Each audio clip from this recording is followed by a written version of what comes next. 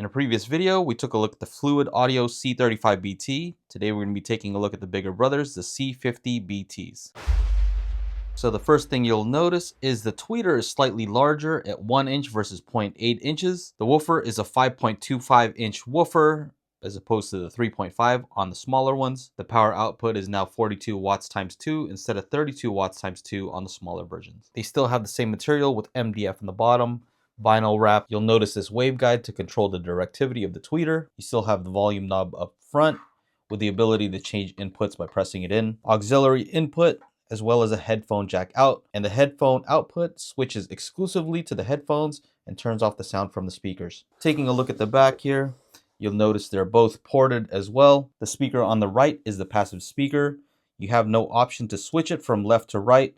It is what it is. RCA inputs, as well as balanced TRS inputs. It does have a subwoofer out, which the other one didn't have. I think it's kind of an odd choice that they use TRS output, but we'll have to see how that works later on. It has the option to automatically go into standby mode, or you can choose to turn that off, on and off switch, and the power plug. Notice the power is built into this, so you don't have to have an external power brick. Comes with the speaker cable, only a single pair, which means that this is not bi-amplified, and so they're both using a passive crossover network. I should also mention that these retail for $199 a pair. So the speaker cables are pretty straightforward.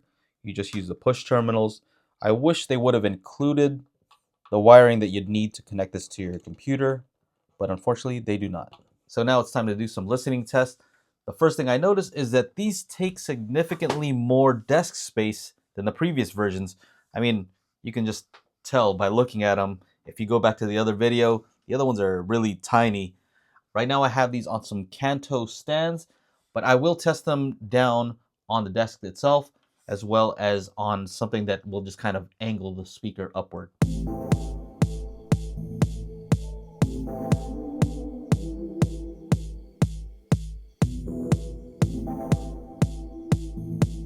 Okay, so after my first listening impression, I definitely could tell that these have more bass than the smaller versions, as you would expect with a larger woofer. Not as much bass as I would expect considering their size, just because I've reviewed some other monitor speakers that are similar in size that have more bass output. Now, maybe these are made to go closer to the wall just because they have a rear port, but in the same exact location, previous speakers like the Kanto Aura 4s, as well as the Kali Audio LPUNF, do have more bass, but those were also more expensive, with the Kali Audios being $299 and the Kanto Aura 4s being double the price of these at $399. So I'm also going to test the imaging using the Spatial Audio Calibration Toolkit. 3, 4, 5. So even small adjustments, moving them toward you and away from you, as well as angling them, towing them towards your ears and outwards towards the room, you'll notice some differences. What I'm noticing now is that I generally want them pointed directly towards my ears with them slightly angled outwards. That's where I'm getting the best imaging. So now I want to test the bass response. For that, I'm going to use the crossover section.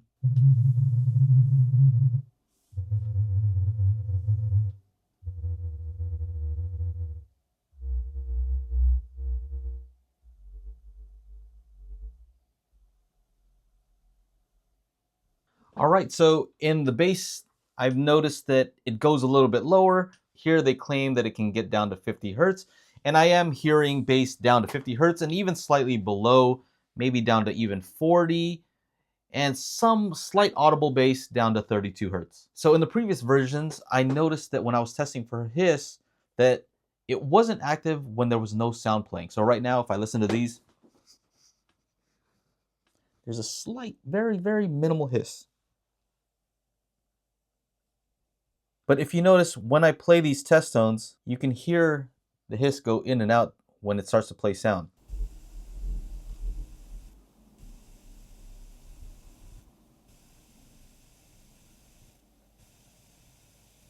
So my best guess is that it senses the signal and then it turns the amplifier on temporarily. All right, so after a bit of listening, I can say the soundstage is pretty nice and wide. getting a good center image. And there seems to be something happening with the bass, maybe because I have them on these stands, but sounds like I'm getting some kind of phase cancellation in the bass. I'll have to check with some measurements and check to see what happens when I remove these stands and just put them directly on the desk. So the only issue with doing this, as you can tell, is that I am not directly on axis to the tweeters anymore, vertically, right? So they're below me when I'm sitting this way.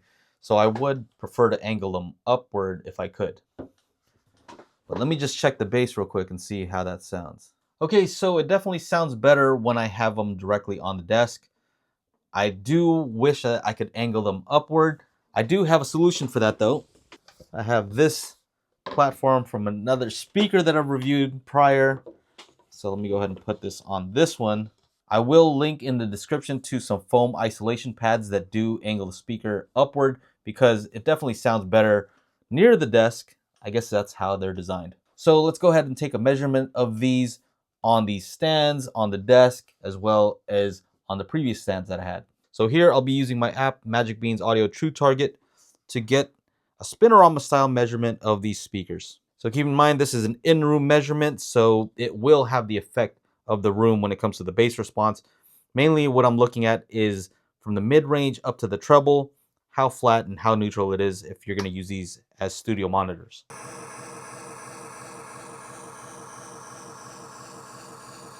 So here I tested it 3 different ways. I'm going to go ahead and export this to my MacBook. So here's the on axis of these speakers. This is on the desk. Quickly, let's compare it to the previous smaller versions and see how it compares. So you can tell the previous one on the desk was a little bit more erratic when it came to the response. Let's see how these measured on the stands. So we're seeing a slight dip here. So I think that the dip that we saw was based on it being on these stands. Let's see this previous smaller versions, the C50BTs. So they also had the same dip here when they were on these types of stands. So the response was very similar. I would say that these actually have a smoother response. As I got further back, it was a flatter response. So it seems that they tuned these for a distance maybe 6 feet away. I'm guessing 2 meters.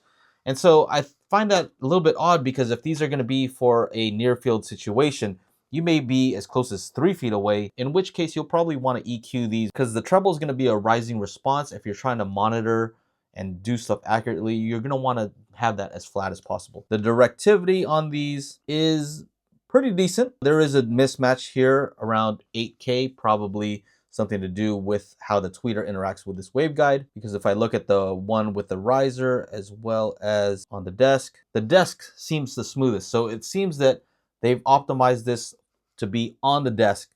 So if you can have these on the desk and still have them at ear level, then that's probably the best case scenario. Look at a few more measurements. So here it is on the desk.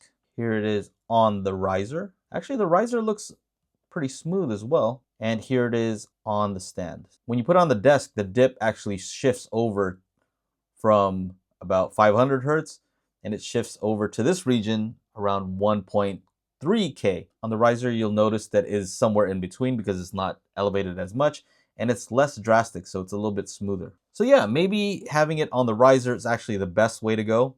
Let's take a look at how it measures from a further distance. So in the room, nice and flat when it's on the desk, right? That's pretty flat, pretty neutral.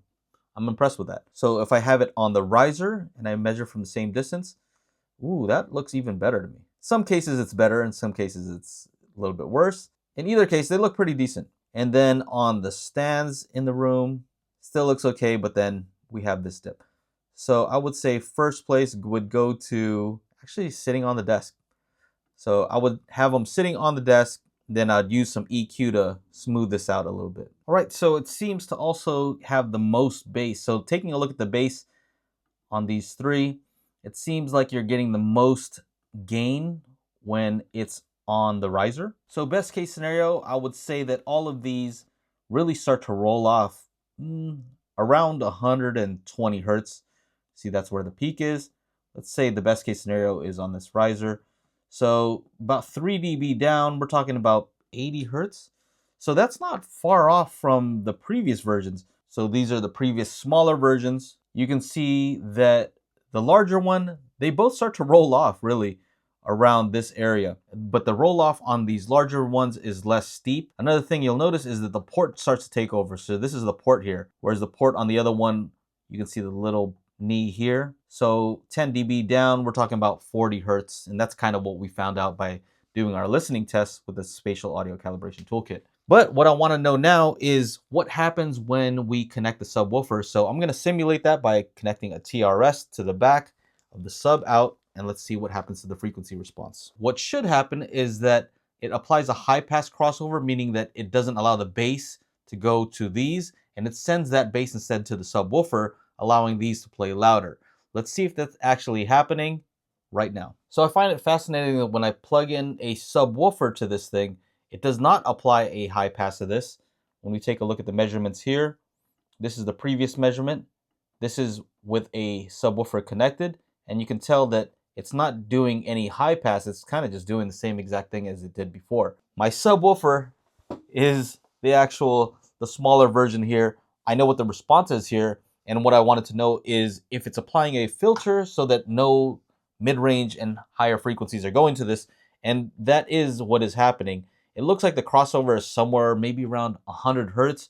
I can't really tell because this is not a real sub, but it is applying a low pass filter on this, but not on the speaker itself. So I hope I give you enough information to let you know whether the Fluid Audio C50BT is right for you and your use case. So I will place these on the speaker leaderboard and rank them based on the category and their price point. I'll leave a link to that down below. Overall, I would say for $199 for the pair, I think it's a fair offering. There are some features that I would like, maybe some more performance that I would personally like to see, but I'm comparing these versus speakers that are maybe twice as much, maybe 4 times as much.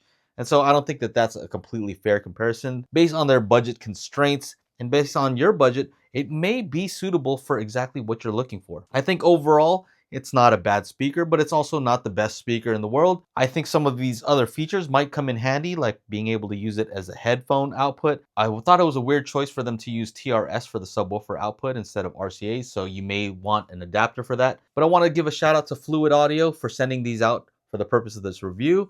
And if you like the video, make sure to like, subscribe, and ring the bell to be notified when I upload new videos and watch these other videos that are related. Thank you guys for watching.